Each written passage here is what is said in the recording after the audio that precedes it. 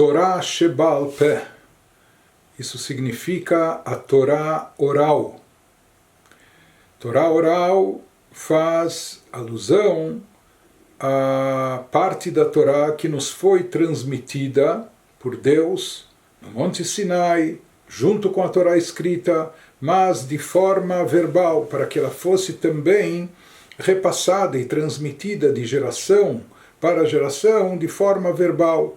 E de fato, originalmente havia até uma proibição de se transcrever os ensinamentos da Torá oral. Ou seja, Deus optou em transmitir esses ensinamentos para que eles fossem passados de geração a geração de forma oral, de forma verbal. Então, nós temos a Torá escrita, que inclui todo o Tanakh, os 24 livros sagrados, dentro deles o Pentateuco, os 5 livros da Torá. Isso é o que é chamado de Torá escrita. O que vem a ser a Torá oral? A Torá oral é a explicação e a interpretação da Torá escrita. E, na realidade, ambas juntas compõem uma unidade somente.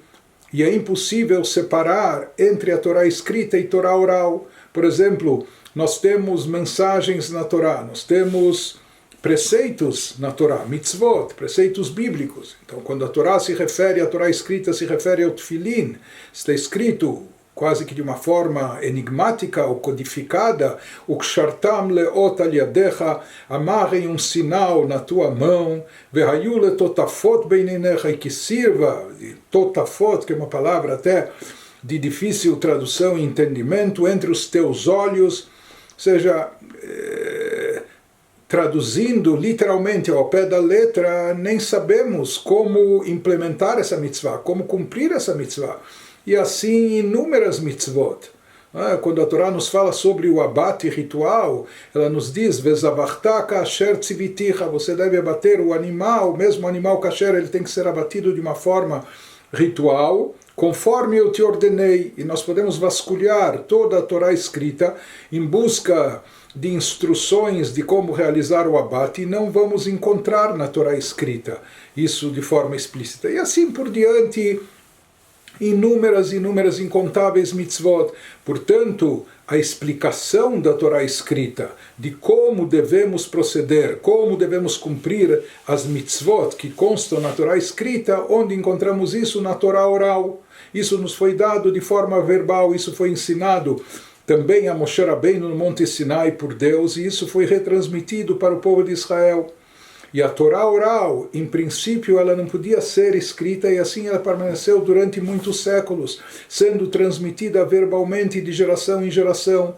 Moshe Rabbeinu, antes de falecer, transmitiu todos os ensinamentos da Torá oral para aquele que seria o seu sucessor na liderança do povo de Israel, Yoshua, Josué. Josué, antes de falecer, repassou todos os ensinamentos da Torá oral para os anciões das próximas gerações, e esse, por suas vezes, depois transmitiram para os profetas, e assim por diante. Em todas as gerações houve sempre uma corrente ininterrupta de transmissão da tradição oral, daquilo que é chamado da Torá oral, na qual se especifica, se detalha na prática como efetuar, como realizar todas as mitzvot que constam na Torá escrita, como também interpretações do texto da Torá escrita.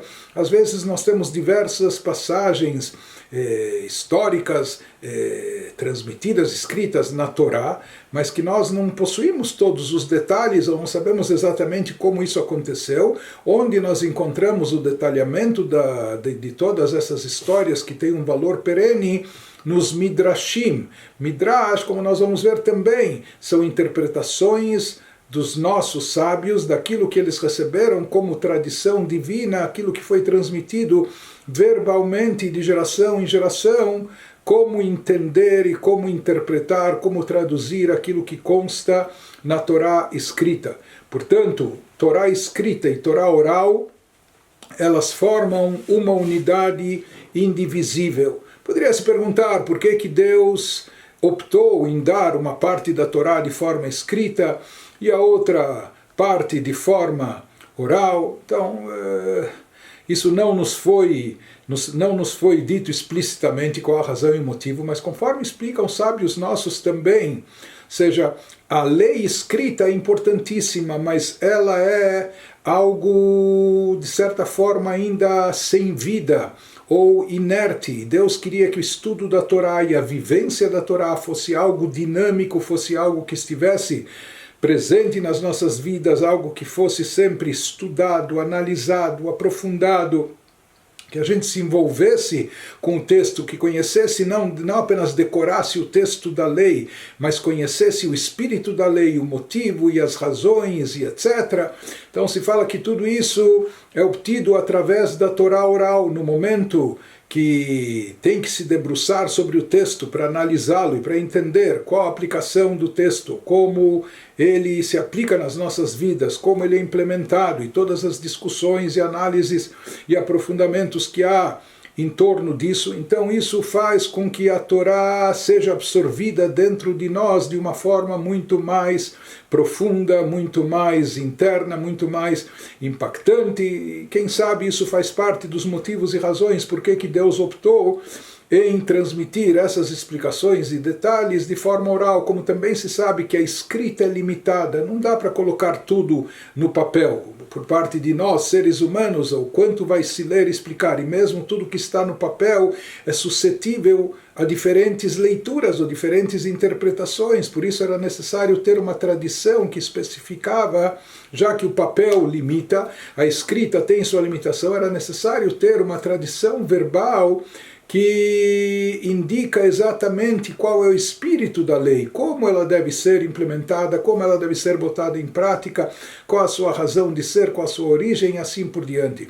E tudo isso está incluso dentro da Torá oral, e assim a Torá oral foi sendo transmitida de geração por geração durante muitos séculos, até que chegou uma época, cerca de 2000 anos atrás, antes da destruição do segundo Beit HaMikdash, por intermédio dos exércitos romanos. Naquela época, um sábio nosso, Rabi Yehudá Nassi, chamado Rabi Yehudá, o príncipe, que é conhecido também como Rabbeinu Akadosh, nosso santo mestre, ele viu que o povo de Israel passava por um momento crítico, um momento emergencial muito delicado na sua história.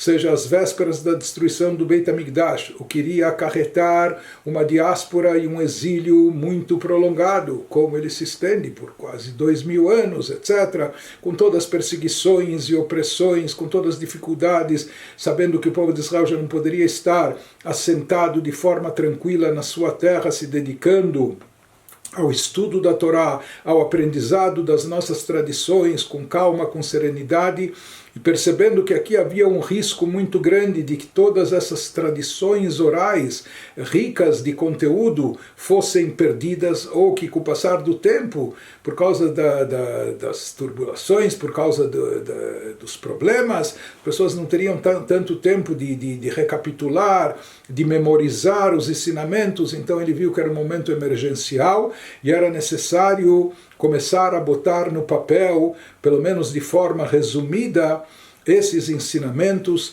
aquilo que consta na Torá oral, principalmente no que diz respeito à forma de cumprimento e implementação das mitzvot, dos preceitos, e ele, junto com os grandes mestres da sua época, acabam permitindo transcrever os ensinamentos da Torá até então oral, passando isso, colocando no papel de forma escrita para preservar esses ensinamentos e que pudessem ser mantidos e continuar o povo de Israel se dedicando a eles, estudando-os, etc., em todas as situações e mesmo sob todas as circunstâncias, mesmo nas situações hostis que estavam enfrentando e iriam enfrentar adiante.